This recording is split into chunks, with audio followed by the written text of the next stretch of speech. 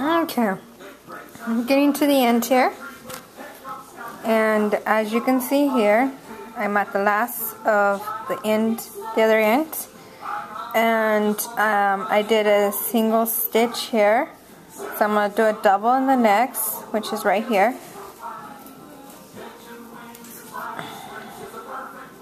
and I'm going to do my bobble stitch, which is 1, 2,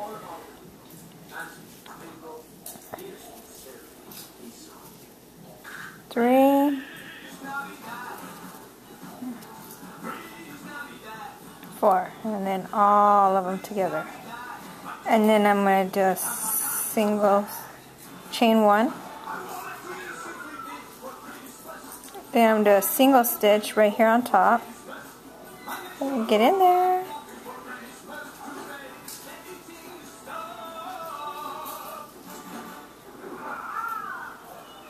Okay. Then I'm going to do another one in this. So that's 1, 2, 3. Okay, so look it. I have this big opening. I don't like that. So what I'm going to do is I'm going to fix my problem here. I sometimes get these big openings, and it's just from having the big needle, the big hook, sorry. So what I'm going to do is I'm going to go to the bottom one of this, as you can see here, and I'm going to do a single stitch. So the bottom here, do a single stitch and bring it up. And I'm going to do that again in this one, but I'm going to try going into there, and then do my bubble stitch.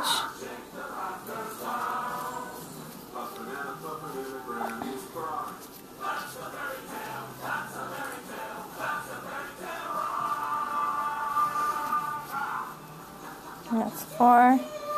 And bring them all together. And then this one seems to be fine, so I'm going to do a single here. And this one's pretty large again, so I'm going to do a double into that stitch, which I'm going into the other one. I'm just pulling one little stitch from there, so I'm going to do my bubble there. So that's 2, 3,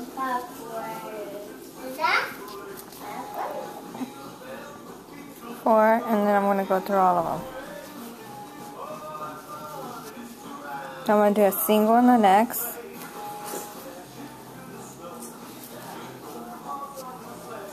and then a double in that one, which is the bubble, sorry. 1, 2, 3,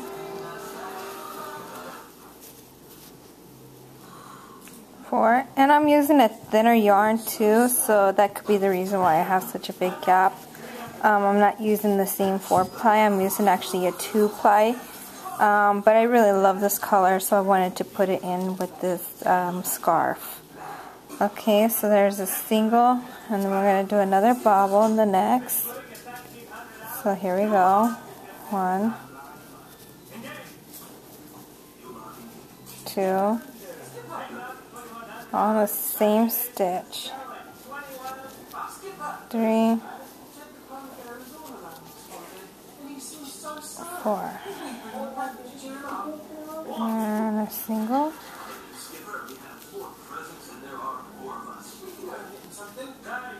and this one's pretty large too, so I'm going to go in the bottom here and pull that out. 1,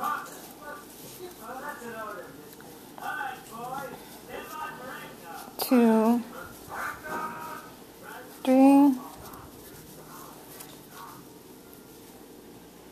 4, and then I'm going to do a single here, and I'm going to chain 1, and from the first stitch that we did, which is right here, okay, I'm pulling on a string, I'm going to do a slip stitch into that.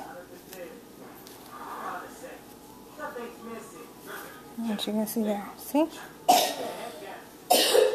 So now I cut off my yarn.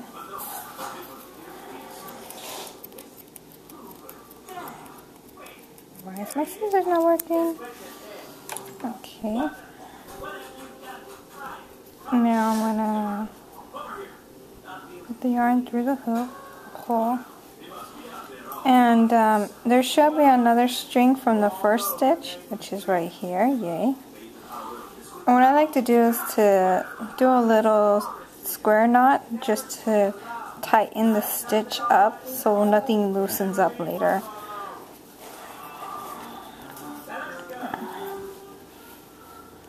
There we go. Then I just cut my other strings off.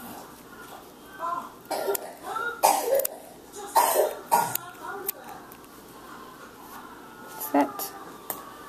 And as you can see, it's squared and everything came out perfect. And when you do the other stitch, you have nothing wrong with pulling that little stitch from the second one. It actually brings it all together, so it is a perfect like square from here to there.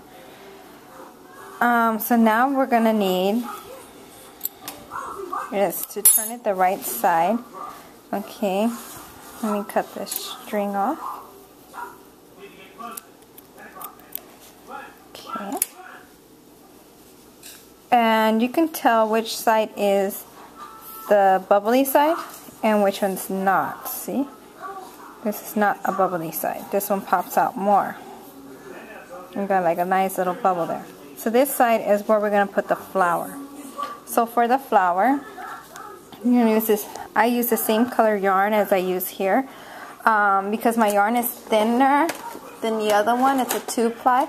I'm going to go with the size 5.5 hook, which is an L hook.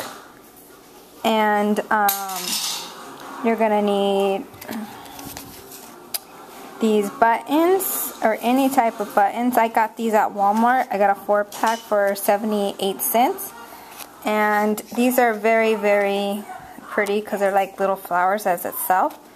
So I'm going to use these and I'm going to use the needle.